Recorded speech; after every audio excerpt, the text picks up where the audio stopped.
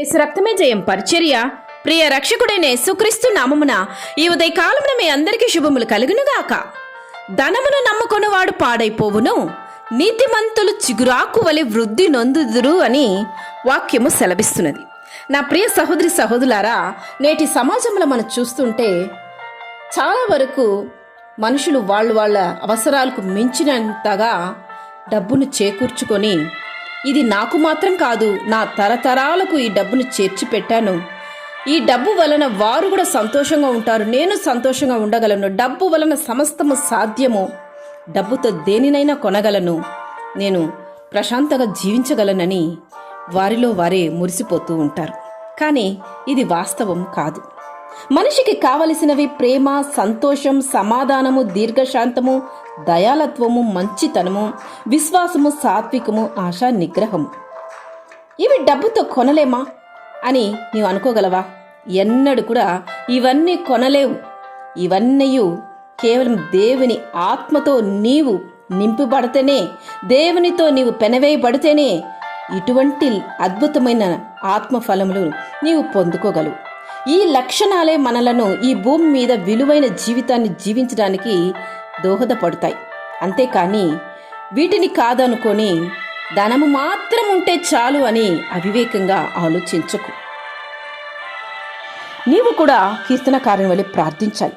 పేదరికాన్ని ఇవ్వవద్దు, నా కడుపు మంట తట్టుకోలేక దొంగతనము చేసి నీ నామానికి అవమానం తెస్తానేమో. ఐశ్వర్యవంతులను చేయవద్దు, కడుపు నిండి నీవు ఎవరు అని విర్రవిగుతానేమో. తగినంత ఆహారము, తగినన్ని వస్త్రములు మాకు దయచేయమని నీవు ప్రార్థించాలి. మనం బ్రతికున్న ఈ కొద్దిపాటి రోజులు దేవుని తోడు, ఆయన కాపుదలతో మనము డబ్బుని సంపాదించేది న్యాయపరంగా, నిజాయితీగా సంపాదించాలి. అదే మనకు ఆశీర్వాదాన్ని మిగులుస్తుంది. నీవు ఇటువంటి ప్రార్థనను ప్రతిరోజు చేయాలి. అప్పుడే నీవు సురక్షితంగా జీవించదు. మరియు కోరదగినది గాను చూడ ముచ్చటైనది గాను నాకు కనపడినది ఏదనగా, దేవుడు తనకు నియమించిన ఆయుష్కాలం దినములన్నీ ఒకడు అన్నపానములు పుచ్చుకొనుచు తన కష్టార్జితమంతటి వలన క్షేమంగా బ్రతుకుచుండుటియే.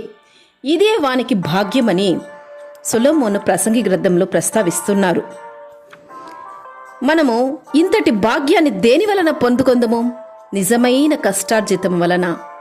మనము కష్టపడి సంపాదిస్తున్న ఆ సంపాద్యాన్ని మనం నిజాయితీగా సంపాదిస్తేనే ఆ సంతోషాన్ని మనం పొందుకోగలము. అంతే తప్ప మనము ఎలాగైనా అలా సంపాదిస్తే మంచిగా మనం జీవించగలము, ఎక్కువ డబ్బులను మనము సేకరిస్తే ఆశీర్వాదంగా ఉండగలమని ఇవి ఎన్నడూ కూడా ఊహించుకు.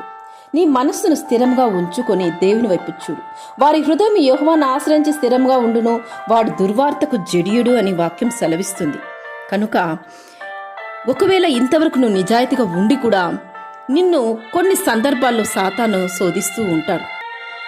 ఇలా చేస్తే డబ్బు త్వరగా నీకు చేరుతుంది, అలా పడితే నువ్వు సంపాదించగలవు, ఎక్కువగా ధనవంతుడు అవ్వగలవు, ఎక్కువగా నువ్వు పైకి రాగలవు, నీవు ఎంతో విధంగా విలువైన జీవితాన్ని జీవించగలవని నిన్ను సాతాను భ్రమపడుతూ ఉంటాడు.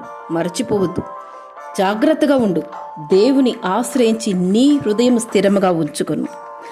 ధనాపేక్ష సమస్త కీడులకు మూలము. కనుక నీవు కలిగి ఉన్న దానితో తృప్తి లేకపోతే కోరుకున్నది పొందిన దానిలో తృప్తి ఉండదు. డబ్బుతో దేనిని కొనలేము. నిజమైన సంతోషం హృదయంలో ఉంటుంది. అది నీవు పొందుకున్న వస్తువుల వలనో సిరి సంపదల వలనో కాదు. నీకు ఉన్న దాంట్లో తృప్తి కలిగి జీవించడం నేర్చుకోవాలి. అప్పుడే మన కుటుంబంలో సంతోషాన్ని మనం చూడగలం. డబ్బే సమస్తము సర్వమని జీవించే తత్వము నీలో లేకుండా, దేవుడే నాకు సమస్తము, ఉన్న దాంట్లో నేను తృప్తి కలిగి జీవిస్తాను, నేడు నాకు దేవుడు దయచేసిన వాటిని బట్టి కృతజ్ఞతాస్తుతులు చెల్లించి నేను పరిశుద్ధంగా, నీతిగా, నిజాయితీగా జీవిస్తానని నిన్ను నీవు సమర్పణ చేసుకో.